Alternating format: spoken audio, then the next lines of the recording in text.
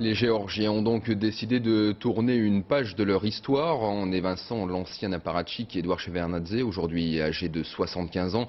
C'est donc une nouvelle génération qui arrive au pouvoir à Tbilissi. L'avenir de la petite République du Caucase devrait être géré par les deux leaders de l'ancienne opposition, Nino Burjanadze et Mikhail Saakashvili. Nora Boubetra. Il s'est harangué la foule, Mikhail Saakashvili. C'était début novembre. Le leader de l'opposition dénonçait les résultats truqués des élections législatives et accusait ouvertement le président géorgien de corruption. S'ensuivent 3 semaines de mobilisation.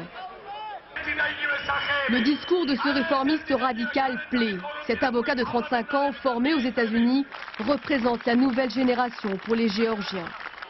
Depuis le début, il mène la contestation. Depuis le début, il n'a qu'une idée en tête, la démission d'Edouard Shevardnadze. Pour ce faire, il promet une révolution de velours sans effusion de sang. Le scénario du chef du mouvement national sera respecté à la lettre. Hier, dans les rues de Tbilissi, l'ancien ministre de la Justice de Shevardnadze rassemble près de 100 000 personnes. L'heure est venue.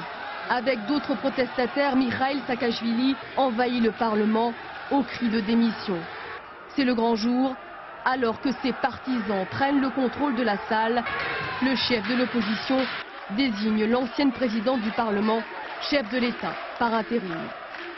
Nino Burjanadze a 39 ans et tout comme son allié politique Mikhail Saakashvili, elle a démarré sa carrière sous l'aile protectrice d'Edouard Shevardnadze. Depuis novembre 2001, elle occupe la fonction de deuxième personnage de l'État. Petit à petit, elle s'éloignera de son mentor, déçu de sa politique. À la veille des dernières législatives, elle fonde son propre parti. Au sein de l'opposition, elle représente la voix modérée. Elle est en tout cas moins critiquée que le nouvel homme fort du pays. Certains disent de lui que c'est un populiste ultra ambitieux.